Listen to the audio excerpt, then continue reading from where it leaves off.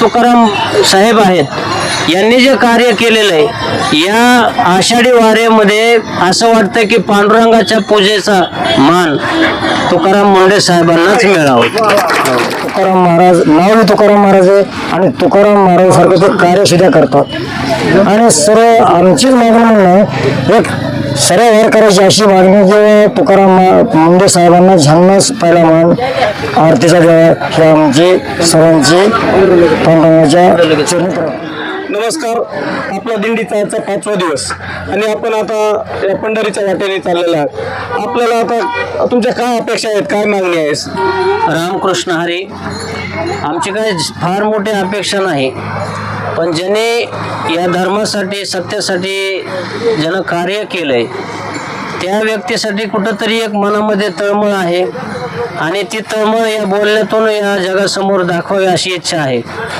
कारण आपल्या या महाराष्ट्रामध्ये आपले तुकाराम मुंडे साहेब यांनी असं कार्य केलंय की प्रत्येक गल्ली ते दिल्लीपर्यंत असं कार्य त्यांनी मोठं केलेलं आहे की जे भेसळ जे आहे जे आपण अन्न सेवन करतो त्या अन्नाद्वारे अनेक प्रकारची रोगराई जे या समाजामध्ये पसरणारी जी रोगराई आहेत त्यांनी ती रोगराई कंट्रोल करण्याचं काम केलंय, कार्य केलंय.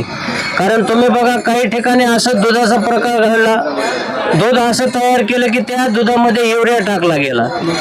कारण आपण दूध कधी पिलो नाही, दूध कधी खाल्लं नाही. आतापर्यंतच्या काळामध्ये डायरेक्ट युरिया आपण खाल्ला महाराज.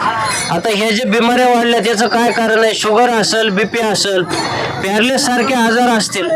पहिले असे काही नव्हते, पण याचं कारण या अन्नामध्ये भेसळ झाल्यामुळं आज वय जरी 40 असलं 30 असलं तरी त्या व्यक्तीला शुगर आहे, त्या व्यक्तीला बीपीचा आजार आहे. त्याचं कारण हे भेसळ अन्न आपल्याला सेवन करण्याचा योग यायला लागल्यामुळं ही हानी समाजाची व्हायला लागली. म्हणून असं कुठंतरी वाटतंय की आपले जे तुकाराम साहेब आहेत यांनी जे कार्य केलेलं आहे या आषाढी वारेमध्ये असं वाटतं की पांडुरंगाच्या पूजेचा मान तुकाराम मुंडे साहेबांनाच मिळावं. काय तुमची काय मागणी? आमची एकच मागणी आहे तुकाराम महाराज नाव की तुकाराम महाराज आहे आणि तुकाराम महाराज मुंडे साहेब हे सुद्धा यांच्याकडे जातपात काय असला प्रकार नाही.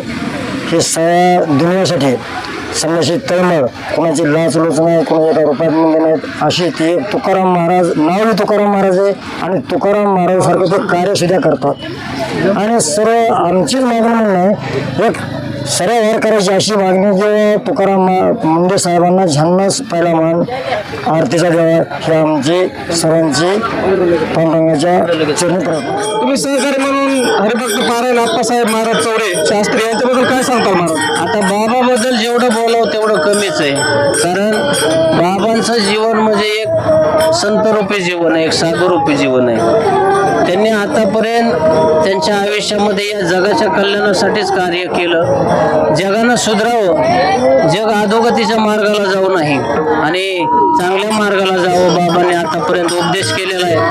आणि एवढं मोठं कार्य झाले चोंडी संस्थानला, एवढा मोठा मठ तयार केलाय, मंदिर त्या ठिकाणी बाबांनी तयार केलेलं आहे. चांगल्या संघर्षातून केलेलं आहे. कारण बाबांचा त्याग आहे तो.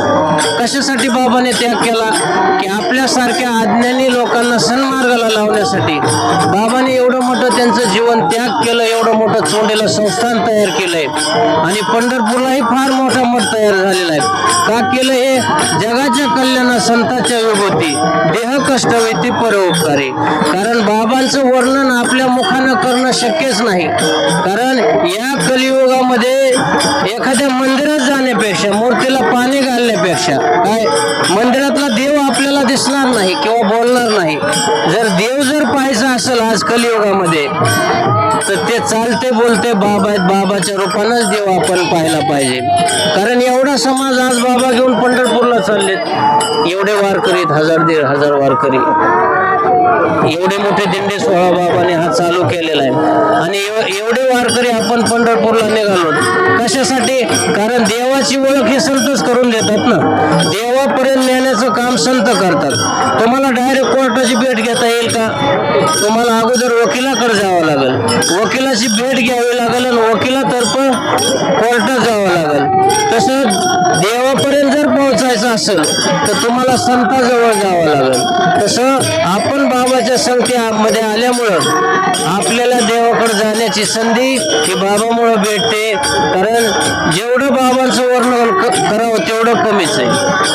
नक्कीच महाराज, तुमच्या कार्यातून आम्हाला दिसून येतं की तुम्ही सांगितल्याप्रमाणे एक 10-12 व्यक्तीची प्रथमतः दिंडी आणि आज हजारो समुदाय, यातून तुमच्या नक्कीच कार्याची पावती दिसून येत आहे. हरिभक्त पारायण आप्पासाहेब महाराज यांच्या कार्याची पावती दिसून येत आहे.